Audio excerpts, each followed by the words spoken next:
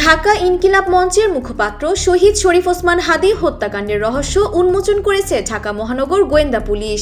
আজ রাজধানীর মিন্টো রোডের মিডিয়া সেন্টারে আয়োজিত এক সংবাদ সম্মেলনে ডিবি প্রধান মোহাম্মদ শফিকুল ইসলাম জানান, মিরপুরের ওয়ার্ল্ড কাউন্সিলর ও যুবলীগ নেতা তাইজুল ইসলাম চৌধুরী বাপ্পির সরাসরি নির্দেশেই এই হত্যাকাণ্ড সংগঠিত হয়। সংবাদ সম্মেলনে ডিবি প্রধান জানান, তদন্তে এই হত্যাকাণ্ডের সাথে রাজনৈতিক প্রতিহিংসার যোগসূত্র পাওয়া গেছে। মূলত নিষিদ্ধ ঘোষিত আওয়ামী লীগের কর্মকাণ্ডের বিরুদ্ধে কঠোর অবস্থান নেয় হাদীকে পরিকল্পিতভাবে হত্যা করা হয়। এই ঘটনায় ফয়সাল করিম মাসুদ সহ 17 জনকে অভিযুক্ত করে আদালতে চার্জশিট জমা দিয়েছে ডিবি। অভিযুক্তদের মধ্যে 12 জনকে ইতোমধ্যে গ্রেফতার করা হলেও 5 জন এখনও পলাতক রয়েছে।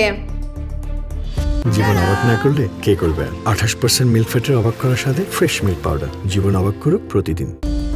শফিকুল ইসলাম আরও বলেন, প্রধান অভিযুক্ত ফয়সাল করিম মাসুদ ভিডিও বার্তার মাধ্যমে নিজেকে নির্দোষ দাবি করার চেষ্টা করলেও তদন্তে তার বিরুদ্ধে প্রমাণ মিলেছে। গত 12 ডিসেম্বর ত্রয়োদশ জাতীয় সংসদ নির্বাচন ও গণভোটের তফসিল ঘোষণার পরদিন ঢাকার পুরানো পল্টনে বক্স কালভার্ট রোডে নৃশংস এই হামলার ঘটনা ঘটে। রিকশাযোগে যাওয়ার সময় চলন্ত মোটরসাইকেল থেকে হাদীর মাথায় গুলি করা হয়। সংকটাপন্ন অবস্থায় তাকে ঢাকা মেডিকেল ও পরে এভার কেয়ার হাসপাতালে নেওয়া হয়।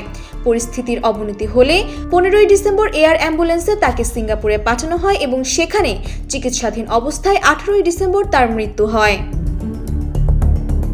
এই ঘটনায় ইনকিলাব মঞ্চের সদস্য সচিব আব্দুল্লাহ আল জাবের পল্টন থানায় মামলা দায়ের করেছিলেন, যা পরবর্তীতে হত্যা মামলায় রূপান্তরিত হয়।